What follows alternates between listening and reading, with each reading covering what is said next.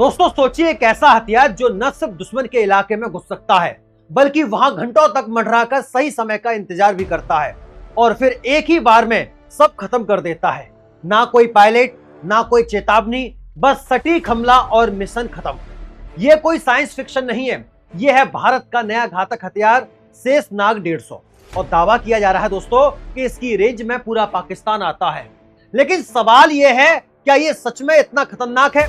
क्या ये वाकई गेम चेंजर है या फिर सिर्फ एक और सैन्य दावा? आज हम इसी सच्चाई को पूरी गहराई से समझेंगे। सबसे पहले आपको लेकर चलते हैं राजस्थान के उस तपते रेगिस्तान में जहां भारत के सबसे खतरनाक हथियारों का परीक्षण होता है, यानी कि पोखरण टेस्ट रेंज। वही पोखरण जहां भारत ने दुनिया को अपनी परमाणु ताकत दिखाई थी और अब वहीं पर एक और नई ताकत ने जन्म ले लिया है। हाल ही में यहीं पर भारत ने सफलतापूर्वक टेस्ट किया अपना स्वदेशी स्वार्मिंग अटैक ड्रोन शेषनाग 150। यह कोई साधारण ड्रोन नहीं दोस्तों, यह है लॉइटरिंग मोनिशन। अब ये समझिए आम ड्रोन क्या करता है, उड़ता है, निगरानी करता है, वापस आ जाता है, लेकिन शेषनाग 150 उड़ता है, दुश्मन को खोजता है, इंतजार करता है और फिर खुद ही हथियार बनकर टकरा जाता है। यानी देखो, इंतजार करो और खत्म कर दो। इस ड्रोन को बनाया है बेंगलुरु के एक उभरते स्टार्टअप ने, new space research and technology, और यह वही नई सोच है जो भारत को पुराने युद्ध मॉडल से निकालकर भविष्य की लड़ाई के लिए तैयार कर रही है। साथियों, अब बात करते हैं इसकी असली ताकत की। टेस्ट के दौरान इस ड्रोन ने करीब 720 किलोमीटर की दूरी तय की और लगभग 5 घंटे तक हवा में बना रहा। सोचिए, 5 घंटे तक आसमान में छुपकर घूमता हुआ एक हथियार जो किसी भी वक्त हमला कर सकता है। और जब इसे अंतिम आदेश मिला तो इसने अपने टारगेट पर बेहद सटीक हमला किया। अब सबसे बड़ा दावा यह किया जा रहा है दोस्तों कि इसकी रेंज 1000 किलोमीटर तक है। यानी यह सिर्फ बॉर्डर तक सीमित नहीं रहेगा, यह दुश्मन के घर के अंदर जाएगा। अब आप खुद सोचिए, अगर भारत से 1000 किलोमीटर का दायरा बनाए तो क्या आता है? इसमें लाहौर आता है, कराची आता है, इस्लामाबाद आता है और पाकिस्तान के लगभग सभी बड़े शहर।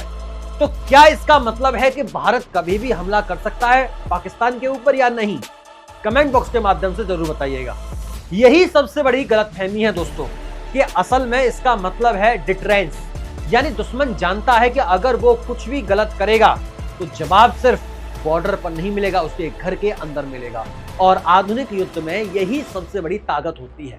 अब तुलना करते हैं उस ड्रोन से जिसने हाल ही के युद्ध में दुनिया को हिला दिया है, ईरान का शाहिद 136। यह ड्रोन सस्ता है, छोटा है और बड़े पैमाने पर इस्तेमाल किया जा सकता है। रूस यूक्रेन युद्ध में इसने साबित कर दिया कि महंगे टैंक, फाइटर जेट सब कुछ बेकार हो सकता है अगर आपके पास सैकड़ों छोटे छोटे घातक ड्रोन हो तो। लेकिन भारत का शेषनाग 150 सिर्फ कॉपी नहीं है, यह भारत की जरूरतों के हिसाब से तैयार किया गया है। ज्यादा सटीक, ज्यादा एडवांस और ज्यादा स्मार्ट। अब सवाल उठता है, क्या यह सिर्फ एक ड्रोन है या आने वाले युद्ध का चेहरा?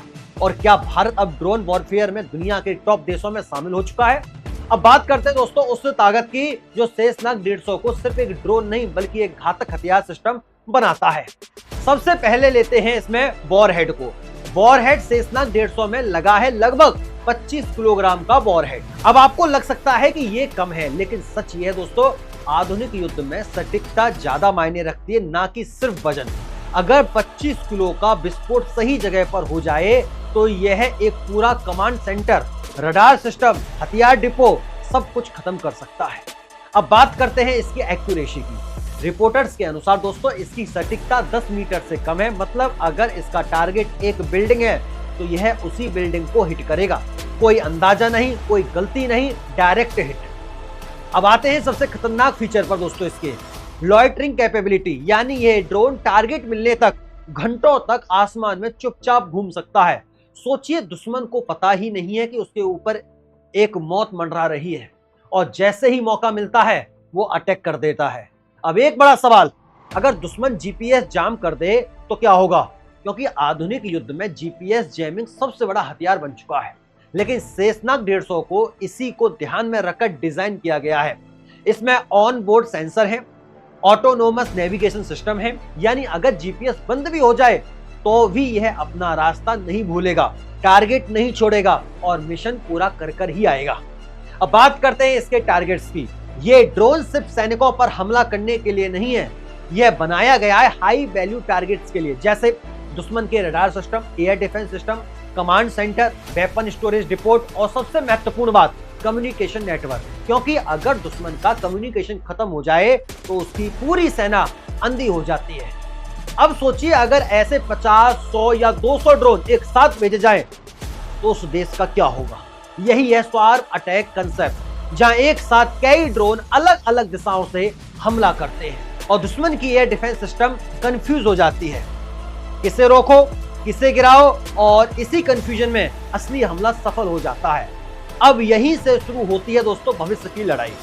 पहले युद्ध कैसे होते थे? Tank versus tank, jet versus jet, सेना वर्सेस सेना, लेकिन अब ड्रोन वर्सेस डिफेंस सिस्टम। और जो देश इस टेक्नोलॉजी में आगे होगा वही युद्ध जीतेगा।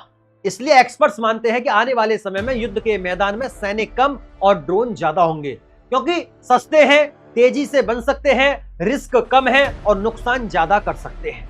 और भारत अब उसी दिशा में तेजी से आगे बढ़ रहा है। अब सबसे बड़ा सवाल, क्या शेषनाग 150 भारत के लिए गेम चेंजर साबित होगा? जवाब है हाँ, लेकिन शर्तों के साथ।